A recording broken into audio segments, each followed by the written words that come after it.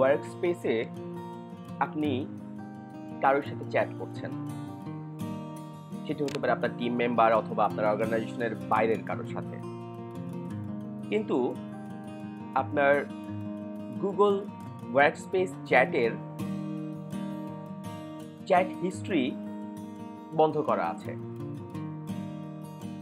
এমন অবস্থায় সেই চ্যাটের কোনো ডকুমেন্ট বা কোনো একটি স্পেসিফিক কনভারসেশনকে আপনি যদি পরবর্তী রেফারেন্সের জন্য সংগ্রহে রাখতে চান, তাহলে কি করবেন? বিষয়টি খুব সহজ।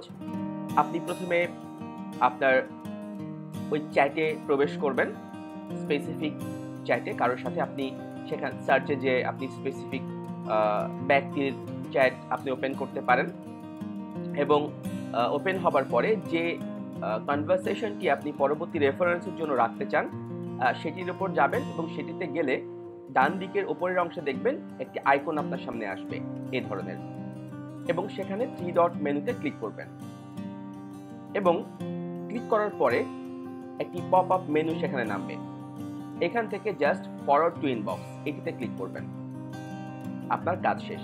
এখন যদি আপনি আপনার মেল বক্সে যেয়ে থাকেন, ইনবক্সে গেলে খেয়াল করে দেখবেন যে যেটিকে আপনি ফরওয়ার্ড করেছেন সেটি আপনার ইনবক্সে চলে এসেছে এবং এটি পরবর্তী রেফারেন্সের জন্য আপনি ব্যবহার করতে পারবেন।